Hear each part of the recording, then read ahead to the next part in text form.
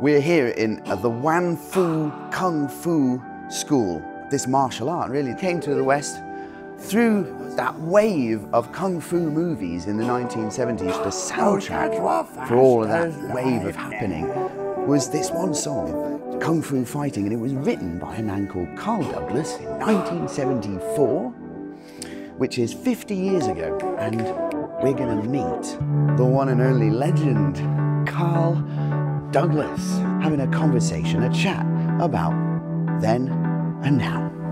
Hello! Well, hi Mr. there. Douglas, it's nice to meet you. I'm very honoured. Oh, wow. Come on in. Come on in. I was here many years ago. I bet you've seen a lot of Kung Fu studios in your time, haven't you? And no matter where we were, we'd always rush to get home at that time on the Saturday afternoon when Kung Fu was on. Oh, so, welcome, Carl Douglas, sir. Thank you. Sir Carl Douglas. Not yet. I hope it won't be too long. I hope. Because you deserve it, honestly. It's legendary. Look, we're here in the Wan Fu Kung Fu School in Hamburg to talk about that amazing song, Kung Fu Fighting, and a lot more. Wow. It's been 50 years. Yes. Half a century. Yes. Half a century I think that the since it first came out. time goes so fast. Yeah. But yes, Fast as lightning. that's what it is. There you go. That's what it is. Yeah. In 1974, July, 1974. it came out. So it's almost exactly 50 years now. I mean, Yeah. we're in July now, aren't we? Yeah. What was it like when you first recorded the song? Like, did you have to play it all live with a band, like do it all in one take? And if somebody messed it up, it was like, we've all got to do it again. Yeah, we did have a little of that. But Yeah. the thing is that all the musicians, Yeah. most of them were session musicians who played on many other things. Things like with Elton John and all these people. Oh, yeah. So they were looking forward to it.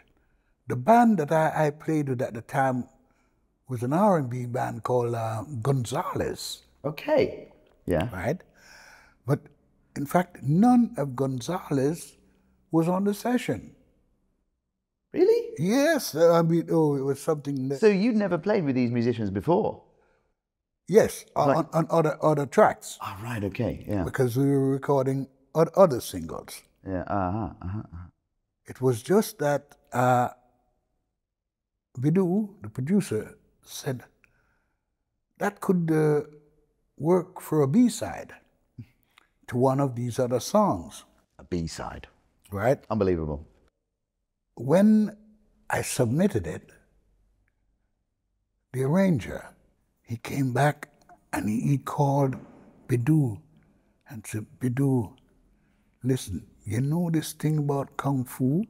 Carl is putting so much of his heart and soul into it Yeah. that I think it could be a hit. Yeah.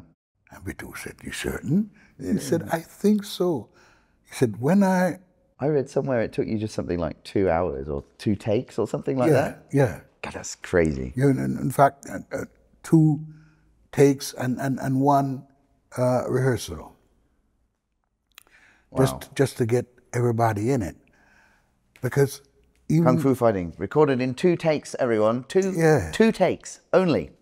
the drummer who played on it, he was a pop. I don't know if you ever heard of a group called the Rubettes.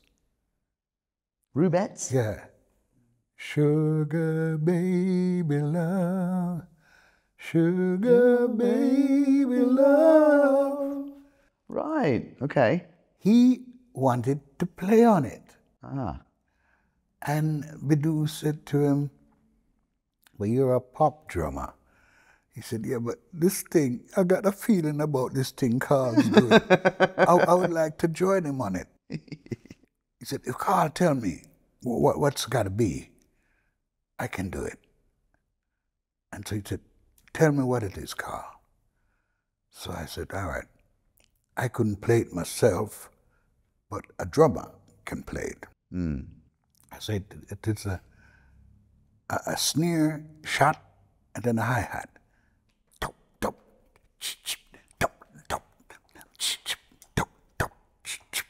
I said, and then the guitar would go. I love that. With wah, yeah? Yeah. With wah. With the wah wah. And after a while, it started to settle. It started to settle. And I said, Bidu, before that starts, I do something like a hue and cry.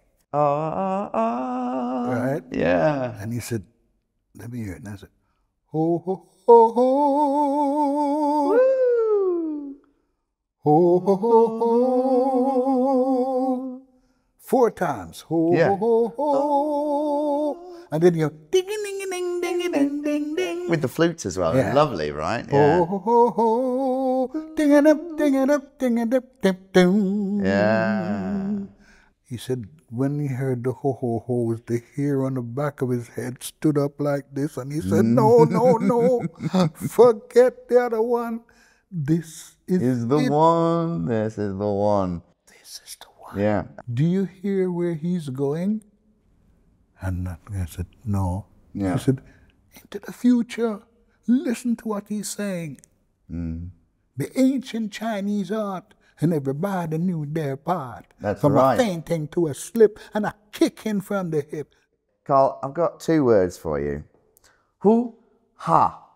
Aye, aye, aye. You know, that's so simple, but just genius. That was one of the things that this arranger said.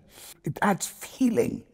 He said, and when it actually comes in the song, you're not expecting this. I said, no. No, and it's energetic. It's got Yeah. energy in it. It It's not like, drops. ooh, ha. It's like, ooh, No. ha. It's the feeling, isn't it? And the feeling on your recording is just amazing. And I think that's what everyone else also feels. Yes. Yeah, and the energy. It's, you know, you captured the world of kung fu fighting, the movies, the excitement, the thrills, you know, of that, the energy. Yes, it was used in so many films. It was. It was a soundtrack for that whole movement, wasn't it, really? I think over the period of 50 years, it's been used in about 300 and something films. Wow, crazy. Yeah, and one of them is Gonna Get You, Sucker. I read somewhere as well that it's I think the single itself sold something like over 11 million copies worldwide, which made it one of the highest selling singles in the world ever, of all time. Yeah. And to date, it sold 40 something million. Really? Worldwide. That's amazing. Over the period. And I thought, oh, thank you, Lord. Thank you. Well, honestly, and I'm so honored that I've been allowed and given the opportunity to reimagine it, you know, to sort of make it my own in a way, you know, with my own interpretation. I tried to make it a little more I sort of come from this singer-songwriter world, you know, where it's sort of more, you have storytelling in your version. There have been other versions that have been written. Oh, yeah. Thanks to Kung Fu Panda franchise and all that lot, CeeLo Green, the Vamps, and those versions, you know, not exactly what I would have done with them, but that's okay. They were done for a purpose. They're complementary. Complementary, exactly. I take that they're complementary. Exactly, exactly. And what I wanted to do was to draw more to the whole idea of 50 years having passed. Yes. You know? Duncan, it seemed to have gone. Did you like it, by the way? I didn't at first. Yeah. I was in London, and I heard nothing. Who's taking the piss now? Oh no! Did you feel that way? When I first heard it, I was lying there. Wow. I was smoking a spliff. I said, I don't know yet. Yeah. I got to hear it. I have to hear it a few times. Fair enough. It's very different. I allowed myself a little bit of artistic freedom, and I wanted to do something that, you know, was like, well, the second time I listened to it, I thought, I'm going to make it mine. This is very imaginative. Oh, thanks. No, that's great to hear. Thank you. And I said to Angelica, let me listen to it again later. Right? I listened to it now. Let me see what I can remember of it. And about 2 hours later, I said, Play it again, let me hear. And she said, it's not bad, you know. I said, I know that, but I want to see why it's not bad. Using your imagination. And I thought, that's not so bad, really. 50 years it took to somebody to try this. It might work. Thank you, Carl. Thank you. I really appreciate that. I have to say, I was a bit nervous because I thought, oh my God, am I like destroying an institution here? Wait a minute. Can I ask you a question? In my version, the new version, which I've done with Kimbo, very excited, feeling honored and, you know, lucky. You created characters. I wanted to create a character too. But my character, I wanted to create someone who became a hero when they went into your world. You know, someone who was there for the last 50 years.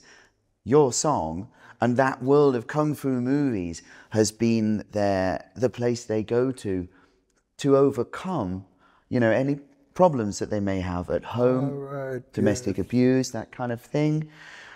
Being the underdog, a bit of a victim, and they can go, and this is a place. Your song is the soundtrack for this character to go to. They go there, and then all of a sudden they're a hero. They're a martial arts master. You know, they're Bruce Lee, they're Jackie Chan, and all of their problems at home are the big baddies that they can defeat and overcome. And so this is the character that I sort of wanted or tried to create. And also to show the time of 50 years, because it's been with them as they've gone through life and become older, and you know. And I wanted to ask you honestly, do you think that character exists in real life? Yes. It's an imaginary character. It is. Right. Who could be brought to life. Right. Through a song. Yes, through song. Yeah. Through a feeling. Right. Right. Or an experience. Yes. Other people have tried and things, but that was before, but then it wasn't quite as imaginative as this version is. I understand, and I'm grateful for your open mind that you were able to appreciate, because I know how it feels. I've had songs that other people have done cover versions of as well, and sometimes they're really different, and you think, that's absolutely fascinating, you know. And I'm really glad that you also see it the same way. That I think I really appreciate imagination and creativity, and when someone can take something that everyone knows as this, well, actually, it doesn't have to be that. It can also be that, and it's still the same thing. It's just like in different clothes. Yes, it's flexible. Yeah, and it still has the same. That chorus is there, the hoot and the ha, and the and all that. It's flexible. It shows that you can take it this way, you can take it that way. It's the yin and the yang. That's amazing. I'm glad you feel that way, because that was the goal I set myself. You know, I wanted to try and, I don't know, find or describe this character, paint this character. And your song was at the center of it all, really. You know, this inspiration of feeling and empowerment. Because it is. I mean, that's also, I suppose, the martial art, the art of Kung Fu, is something that empowers people. Yes. Doesn't it? Yes. And you do Kung Fu yourself, I believe. Yes. Though I haven't practiced any for a few years now. So should I be afraid? No. You haven't offended me, so. Aha! Well, I have got a little question for you. Go I'm ahead, going to quiz you. I'm going to grill you. Okay? So what I want to... Because... Bing! Next question, please. So here we go, right? Your song also was one of the first and one of the most important sort of significant songs in the whole disco genre, really, wasn't it? Yes. Would you say so? I think Yeah, so. yes, It feels like it to me. It feels like one of the earliest and the most important sort of disco songs. Now, this is, it was a development that no one actually saw when it first came out. But I was told that for instance, the BBC has what's called a playlist of songs that they think could make the charts.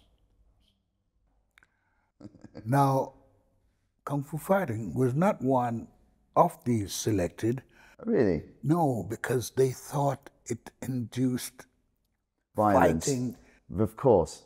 Yeah. Trust the BBC. Instead of dancing, to fighting. Yeah. But when it came out, it suddenly became one of the biggest dancing ones in the discotheques. Yeah. And because of that, the BBC suddenly accepted that this song was kind of different. It went to all different genres of dancing. And I remember doing, I think it was 1976. The two biggest records at the time was Kung Fu Fighting and Rock You Baby. Rock you, baby. Woman, take me in your arms. Well, I like to know where you got the notion to rock the boat. Yeah. And these songs really made people want to open discotheques. It became an anthem. Right. And that's when the BBC suddenly realized that no, this thing is going to go not just to discotheques. It's going to go to gymnasiums. It's going to go to dance halls. Yeah. It's going to go to schools. Right. And they realized that, listen, we got to promote this thing. Half a century. 1974 it first came out. 50. Did you think 50 years ago that you'd be sitting here after so many other versions of your song, still listening to it around the world? No. No? To be honest, no. But I hoped that it would. And can I ask you, so they are still relevant, still working the song, everyone loves it all over the world, 50 years later. How is the world a different place 50 years later? Is it, do you think it's got better? No. Do you think it's the same? Is it worse? To be honest, it's got a little worse. Really? Yes. All these killings and fightings. And that's the beautiful thing about, this song. Even though, this is an irony really, even though it's about fighting, Kung Fu fighting, actually what it does is brings people together. It brings people together. And still going. Do you think we'll be going. doing a version in 100 years' time, maybe? I hope so. I won't be around. Yeah? Still Kung Fu fighting. I'll be here that long, but I thank God that I'm still here to see it 50 years on, just like Robin Blanchflower said when he told the A&R people, this is going to go for a lifetime.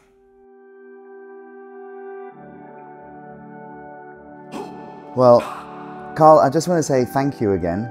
It's been such a pleasure talking to you and meeting you. Mine too, There's one last thing that I'd like to do. It's a traditional Kung Fu ceremony where the apprentice, that's me, All right. serves tea to the master, that's you. Tea. All right? Yeah. So go and take a seat there. All right.